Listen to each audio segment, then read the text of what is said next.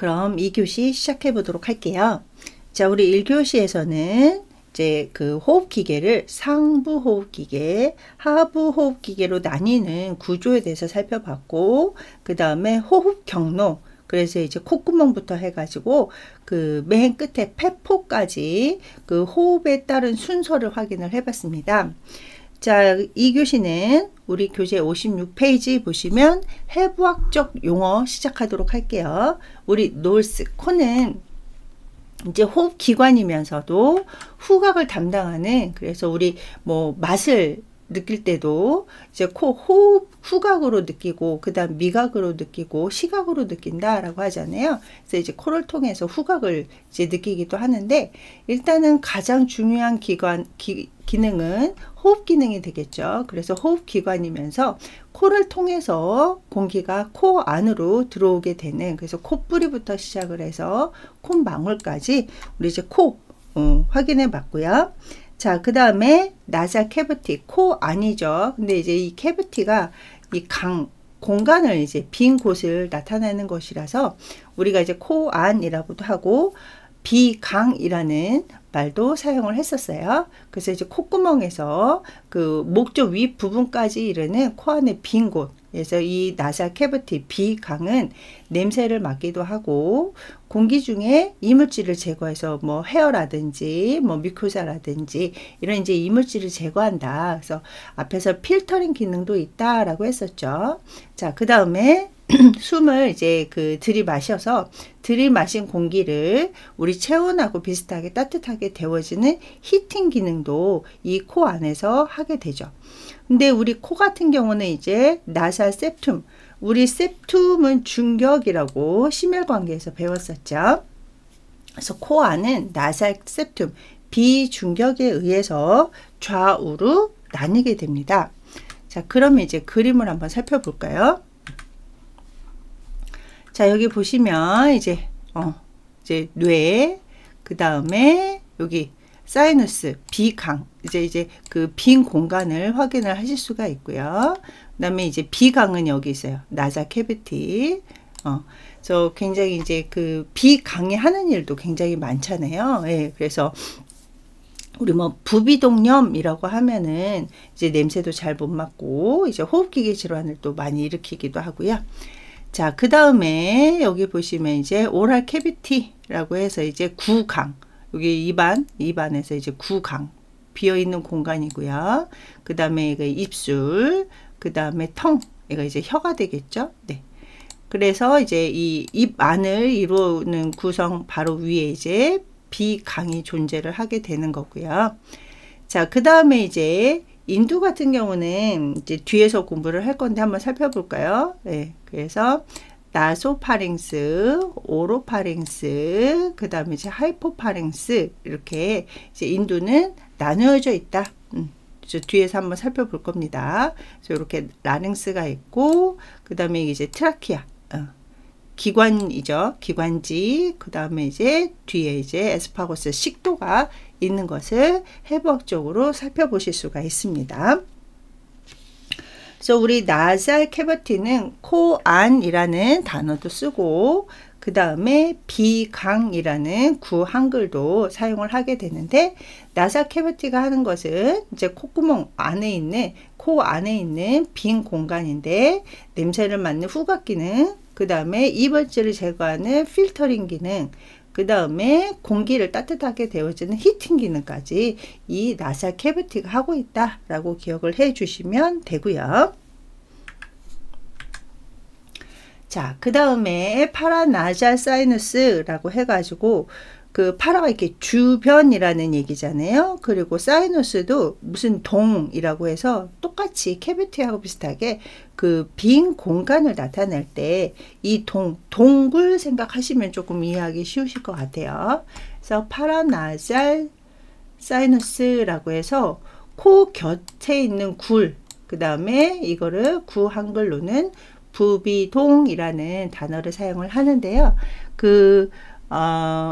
이 부비동 같은 경우는 머리뼈 안에 있는 이 콧구멍하고 통하고, 그 다음에 이제 점막으로 덮여 있어요. 점막으로 덮여 있으면서 이제 공기를 이제 차 있는 이런 공간을 이제 부비동. 그래서 아까 앞에서 부비동염, 그래서 부비동에 염증이 생기는 뭐 이런 것들을 확인할 수가 있고요. 자, 부비동 같은 경우는 여기 보시면 상악동이라고 해서 맥실러리, 맥스가 좀 이제 크다라는 뜻이잖아요. 그래서 맥실러리 사이너스, 그래서 조금 그 사이너스에서 가장 크고, 그 다음에 이제 그 위턱 쪽에 있다라고 해서 위턱굴이라는 단어를 사용을 하기도 하고요. 자, 그 다음에 사골동이라서 에스모이드 사이너스라고 해서 벌집굴을 에스모이드 사이너스, 그래서 부비동염에서 가장 많이 염증이 발생하는 이런 것을 이제 그 사골동이라고 생각하시면 되고, 자, 그 다음에 전두동, 프론탈이라는 말이 이렇게 앞쪽을 프론탈이라고 하잖아요. 그래서 프론탈 사이너스 같은 경우는 전두동, 그 다음에 이마굴이라는 단어도 사용을 해요. 그래서 앞 이마뼈 속에 들어있는 그 빈 공간, 그래서 이제 굴에 열린 구멍을 거쳐 가지고 코 안으로 통하는, 그래서 우리가 이제 부비동 같은 경우도 이렇게 나눠서 확인을 할 수가 있다. 자, 그 다음에 저평동, 나비굴이라는 이제 그 단어도 사용을 하는데, 스페노이달 사이너스라고 해가지고요, 이게 저평동, 그래서 나비 모양의, 그래서 이제 양쪽으로, 그래서 이제 저평골체의 앞에 있는 그 양쪽에 쌍으로 되어 있는 부비동, 그래서 우리 나비 날개 모양 있잖아요. 양쪽으로 이렇게 되어 있어 가지고 스페노이달 사이너스라고 해서 나비굴이라는 저평동이라는 단어를 사용을 하게 됩니다. 자, 그러면 얘도 한번 그림으로 살펴볼게요. 자, 그래서 프론탈 사이너스라고 해가지고 우리 앞에 이마 앞쪽에 있는, 여기 보면 이마 앞쪽에 이렇게 해서 옆면으로 봤을 때는 이렇게 되어 있고요. 앞면으로 봤을 때는 이렇게 이마 앞쪽에 빈 공간으로 채워져 있는 것을 프론탈 사이너스, 이마굴 또는 전두동이라는 단어를 사용을 하게 되고요. 자, 그 다음에 에스모이달 사이너스라고 해가지고 우리 벌집굴 또는 사골통, 그래서 이게 약간 우리 학생들이 보기에 이게 벌집처럼 보이시나요? 네, 그래서 이거 이제 벌집굴, 이렇게 해서 이제 옆면으로 봤을 때는 쭉 이렇게 뒤쪽으로 이렇게 차지하는 것을 확인할 수 있고, 앞면으로 봤을 때는 이제 앞쪽 이렇게밖에 안 보이게 되는 거죠. 자, 이걸 에스모이달 사이너스, 에스모이드 사이너스라고 해서 벌집굴, 그래서 여기에서 염증이 가장 많이 발생한다라고 했었고요. 자, 그 다음에 맥실러리 사이너스라고 해서 상악동 또는 이제 위턱굴, 그래서 턱 위쪽에 이렇게 녹색으로, 그래서 앞에서 봤을 때는 우리 그 에스모이드 사이너스 뒤쪽으로 해가지고 이렇게 일부분을 확인을 하실 수가 있습니다. 그래서 맥실러리 사이너스라고 하면 위턱굴 또는 이제 상악, 우리가 위턱을 상악이라고 하고 아래턱을 하악이라는 단어를 사용을 하는데요. 위턱에 있다라고 해서 맥실러리 사이너스라는 단어를 사용을 하게 됩니다. 자, 그래서 이제 사이너스, 이제 동을 이렇게 확인을 해 봤고요. 자, 그 다음에 여기 이제 그림 있으니까 확인을 해 볼게요. 페로티드 그랜드라고 해가지고 우리 그랜드는 무슨 선이잖아요. 예, 그래서 페로티드 그랜드 이렇게 해가지고 보시면, 네, 귀 밑샘, 그래서 귀 밑에 있죠. 이렇게 귀 밑에 있어서 귀 밑샘 또는 구한글로는 이하선, 그래서 우리 이하선염 이런 얘기도 많이 들어보셨을 건데, 이렇게 이제 그 귀 밑에 자리하고 있다라고 해서 귀 밑샘 또는 이하선이라는 단어를 쓰고요. 자, 그 다음에 링규얼 그랜드라고 해가지고 혀 밑에 있다. 여기 보시면 네, 혀 밑에 있죠. 이렇게 네, 혀 밑에 있다라고 해서 링규얼 그랜드라는 단어를 사용을 하고요. 자, 그 다음에 이제 그 서브링규얼 그랜드라고 해갖고 그 혀 밑샘, 그래서 링규얼 그랜드 같은 경우는 이제 혀샘 또는 이제 혀 밑샘 같이 이제 사용을 많이 하는데, 서브링규얼 그랜드 같은 경우는 혀 밑에. 자, 그 다음에 서브 만디블라 그랜드라고 하면은 턱 밑샘, 그래서 여기 턱 밑에 차지하고 있다라고 해서 턱 밑샘이라는 단어를 사용을 합니다. 그래서 우리가 이제 그 혀 주변에 있는 그 턱 주변에 있는 그랜드, 그래서 이제 우리가 뭐 그 소화 효소라든지 이런 것들을 이제 분비를 하게 되는 이 선에 대해서 살펴봤어요. 그래서 페로티드 그랜드부터 시작을 해가지고 서브 만디블라 그랜드까지 해서 굉장히 많은 선들이 존재를 하면서 이제 소화 기능에 뭐 그 담당을 하는, 그래서 우리가 소화 기계에서 좀 살펴보는 또 시간을 갖도록 할 건데, 일단은 지금은 이제 호흡 기계를 공부를 하고 있으니까요, 요 밑보다는 위를 기억을 해 주시기 바랍니다. 그래서 프론탈 사이너스 그 이마 앞에 있다 해서 이제 전두동이라는 단어를 썼고요. 그 다음에 에스모이드 사이너스라고 해서 이렇게 벌집 모양의 벌집 굴, 그래서 염증이 많이 발생하는 이런 그 장소를 이제 그 에스모이드 사이너스, 그 다음에 그 턱 위쪽에 있다라고 해서 상악동, 맥실러리 사이너스, 이렇게 좀 기억을 해 주시면 될 것 같아요. 자, 그 다음에 파링스, 네, 파링스, 그 다음에 라랭스, 이렇게 이제 확인을 해 볼 건데, 파링스는 인두죠. 인두는 이제 구강, 그래서 이제 오랄 캐비티, 구강하고 비강, 나살 캐비티, 비강, 그리고 그 에소파지알, 식도 사이에 근점막으로 되어 있다. 그래서 구강 뒤쪽에 비관과 후두 사이에 위치하고 있어요. 그래서 비강, 나살 캐비티하고 그 다음에 라랭스, 후두 사이에 이 파링스가 이제 존재를 하고 있는데요. 자, 이 파링스의 기능을 한번 살펴볼게요.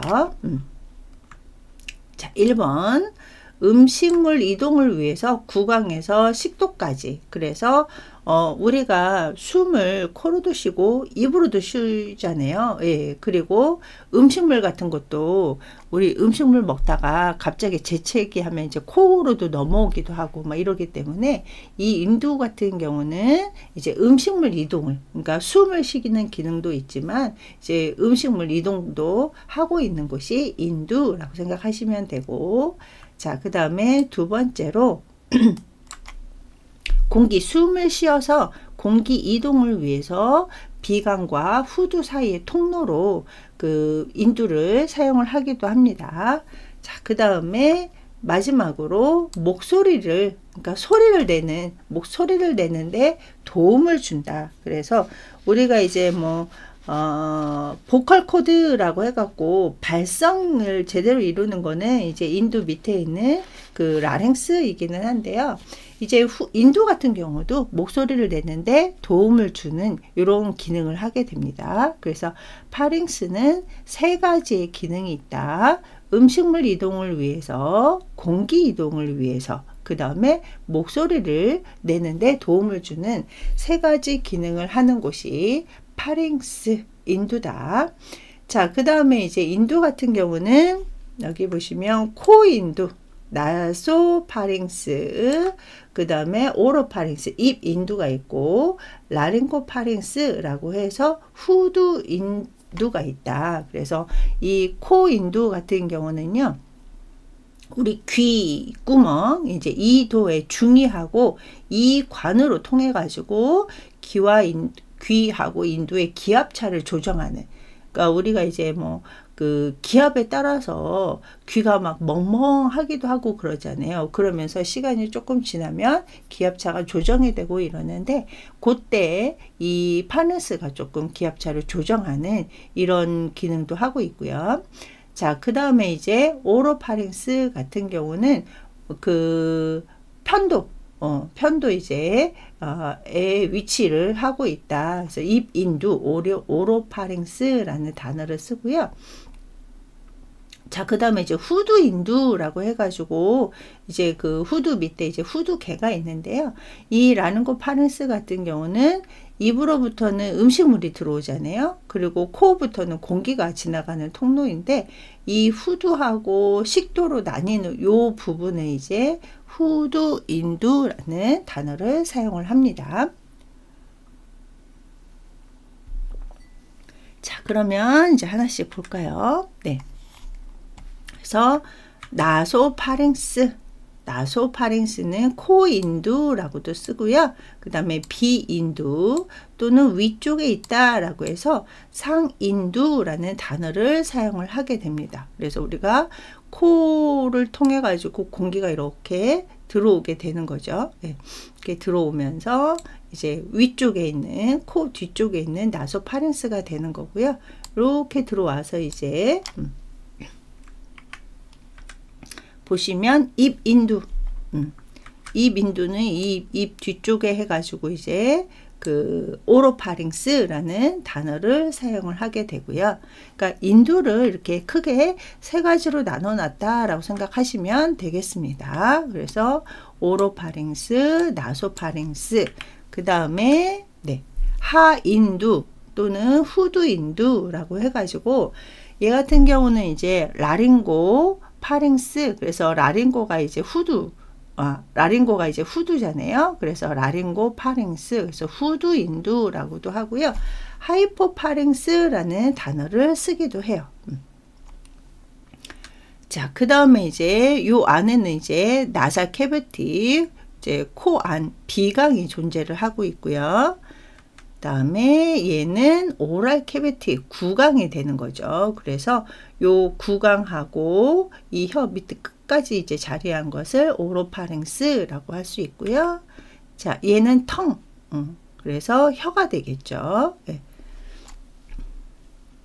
그래서 우리 인두 같은 경우도 이렇게 이제 그 구강, 비강, 식도 사이에 있는 점막이기는 한데, 그래서 이제 공간이기는 한데, 이렇게 세 구분으로 나누어서 확인을 할 수가 있다.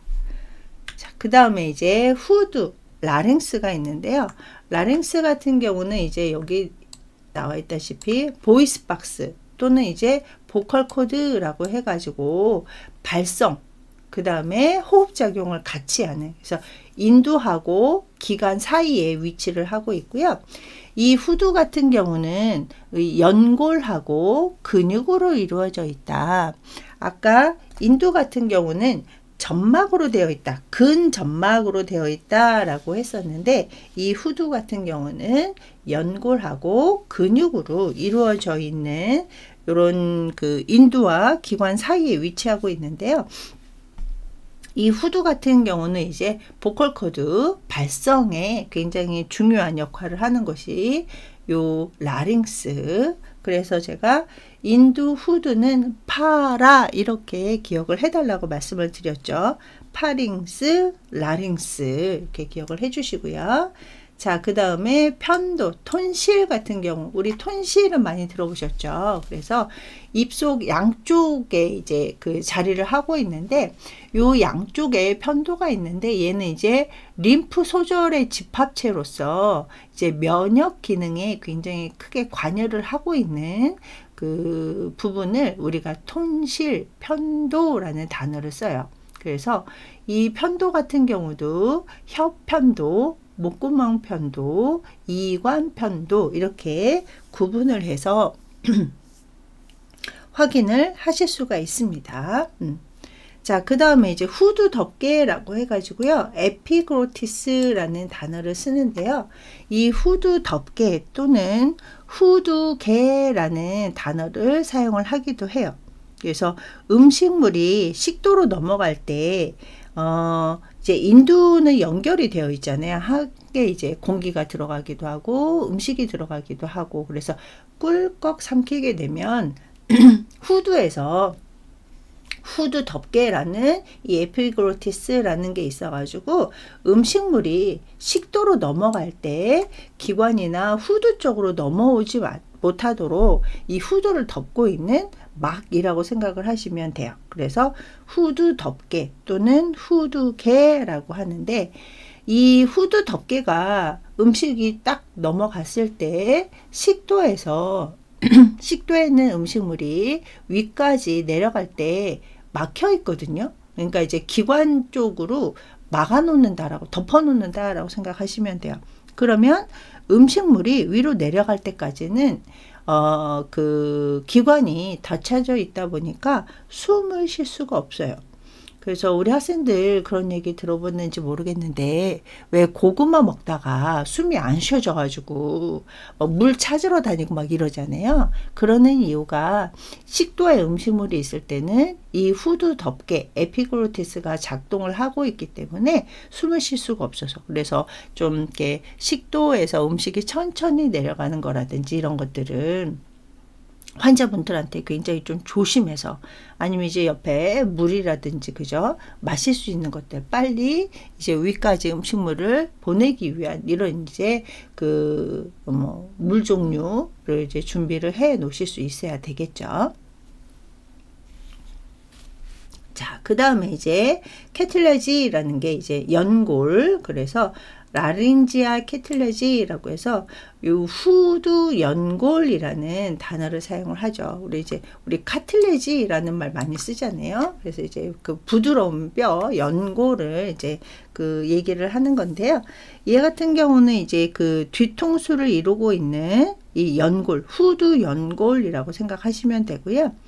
자, 그 다음에 이제 그 보컬 코드, 그래서 후두의 가운데 중앙부에 있는 소리를 내는 기관을 이제 보컬 코드는 많이 들어보셨을 거예요. 그래서 이 보컬 코드 같은 경우는 두 개의 인대로 이루어져 있거든요. 그래서 인대 같은 경우는 늘어났다 줄었다 하면서 이제 그 조절 작용을 하는 거잖아요. 그래서 두 개의 인대로 자유롭게 늘어나고 줄어들고 이러면서 공기의 통로 폭을 조절을 해서, 우리 그 소리의 그 광폭을 조금 조절을 해서 폐에서 나오는 공기에 의해 가지고 진동이 돼서 소리가 발생할 수 있도록 조절을 하는 기관을 보컬 코드, 성대라는 단어를 사용을 합니다. 그래서 이 보컬 코드 같은 경우도 말하는 사람이라든지 노래하시는 이런 분들한테는 굉장히 중요한 기관이 되겠죠. 자, 그래서 지금 이제 호흡기계 해부학적 용어를 살펴보고 있는데요. 파링스 인두, 라링스 후두, 톤실, 편도, 그 다음에 이제 후두에 있는 에피글로티스, 후두 덮개 또는 이제 후두개, 그 다음에 뒤통수 쪽에 있는 연골, 라링지알 카틸레지를 살펴봤고요. 보컬 코드까지 봤습니다. 자, 그 다음에 이제 우리 하부기계, 호흡기계에서 하부 쪽으로 이제 들어갈 건데요. 우리 하부 같은 경우는 트라키아, 기관. 그래서 공기를 이제 그 라링스, 후두에서 이제 좌우 이렇게 보면, 네, 기관에서 좌우 기관지까지 보내는 통로를 이제 트라키아, 요 기관이라고 하는데요. 얘 같은 경우는 한 10cm보다 조금 큰 이제 한 10.5cm 정도의 그 통로로서 기관에서 이렇게 좌우 기관지로 이렇게 나눠지는 것을 여기 보시면 갈림이라는 단어를 쓰기도 하는데요. 일단은 이쪽에서 이렇게 들어오겠죠. 네. 그래서 후두로 해가지고 기관, 그 다음에 기관지 이렇게 이루어지는데, 이 큰 통을 이제 기관이라고 생각을 하시면 되겠습니다. 자, 그 다음에 이제 기관지, 브론코스 또는 브론키라는 단어를 사용을 하는데요. 여기 보시면 기관에서 이렇게 좌우로 나누어지죠. 예, 좌우로 나누어져서 기관지, 예, 그래서 우리 지자를 가지 지자를 쓰게 돼요. 그래서 두 개의 가지로 나뉘어져서 여기에 이제 폐가 이렇게 자리를 하고 있겠죠. 그래서 요 기관에서 폐로 들어가기 전에 있는 가지를 기관지, 브론커스 또는 브론키라는 단어를 쓰고요. 여기에서 이제 기관지의 가장 작은 가지라고 해서 브론키올스라는 단어를 써요. 이 세 기관지는 하나가 아니기 때문에 s를 붙여가지고 브론키올스라는 단어를 씁니다. 그래서 굉장히 작은 가지, 그래서 이렇게 세세하게 그래가지고 그 세 기관지 끝에 알베올러스 그 폐포가 이렇게 쌓여 있는 이런 것들을 이제 앞으로 이제 확인을 해 볼 건데, 우리가 이제 이 기관 같은 경우는 큰 기관에서 기관지로 양쪽으로 나뉘고, 그 다음에 이제 브론키올스, 이 여러 가지 작은 이제 작은 가지들로 이루어지는 세 기관지, 그 다음에 이제 여기 보시면 폐포라는 단어를 굉장히 많이 쓰죠. 그래서 이제 폐포, 알베올러스 또는 알베올리 또는 에어색이라고 해서 공기 주머니, 쬐끄만 공기 주머니, 색이 이제 이렇게 주머니를 이제 색이라고 하잖아요. 그래서 얘를 이제 꽈리라는 단어도 사용을 하기도 하고요. 근데 꽈리보다는 우리가 이제 일반적으로 임상에서는 폐포, 알베올러스 또는 알베올리 요 단어를 더 많이 써요. 그래서 기관지 끝에 이렇게 달려 있어 가지고 이렇게 보시면 작은 주머니 모양의 구조물, 그래서 결국은 요 폐포에서 가스 교환이 일어난다 라고 생각을 하시면 되겠습니다. 자, 그러면 다시 하나씩 살펴볼게요. 네. 자, 여기 보시면 기관, 트라키아가 있는데, 트라키알 캐틀러지라고 해갖고 이렇게 부드러운 뼈, 연골로 이렇게 이루어져 있고요. 자, 그 다음에 이제 리가멘트, 인대라고 해가지고 이렇게 늘어났다 줄어났다라고 하면서 이제 그 애뉴라 리가멘트라고 해서 고리인대 또는 윤상인대라는 단어를 사용을 합니다. 그러니까 우리가 트라키아 같은 경우는 연골과 인대로 이렇게 이제 구성이 되어 있다라고 생각을 하시면 되겠죠. 자, 그 다음에 이제 여기 보시면 기관에서 기관지로 나뉘는 부분, 여기 앞에 이제 갈림이라는 단어를 쓴다라고 했었잖아요. 그래서 기관 갈림이라고 해서 여기에서 네, 이렇게 기관지로 나뉘게 됩니다. 자, 그러면 이제 우리 이제 브론커스 같은 경우는 이렇게 왼쪽 폐로 가는 왼 기관지, 그래서 left main bronchus라는 단어를 쓰고요. 자, 그 다음에 오른쪽으로 가는 네, right main bronchus, 그래서 왼 기관지, 오른 기관지라는 단어를 사용을 하게 됩니다.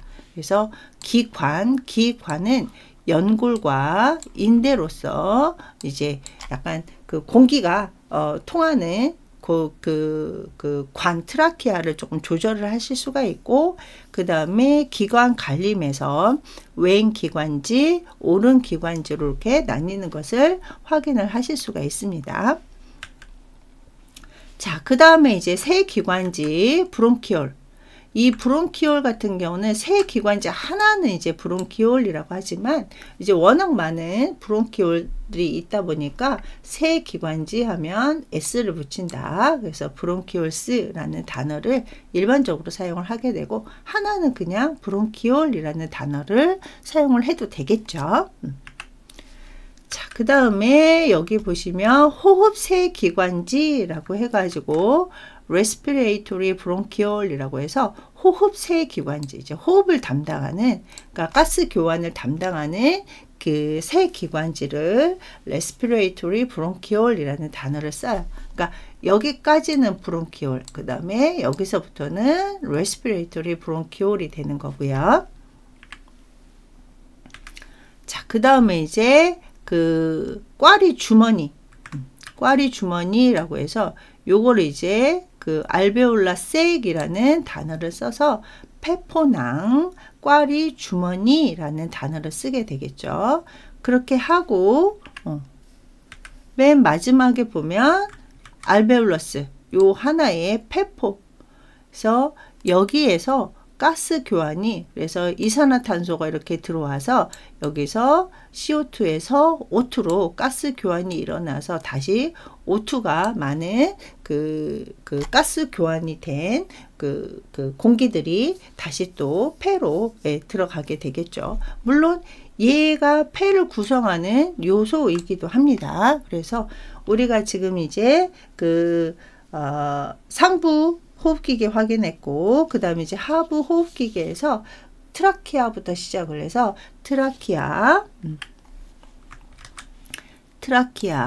그 다음에 브론키, 그 다음에 브론키올, 그 다음에 이제 그 페포, 맨 끝에 있는 페포까지 확인을 해 봤습니다. 자, 2교시는 여기까지 하고 잠시 쉬었다가 3교시 시작하도록 할게요.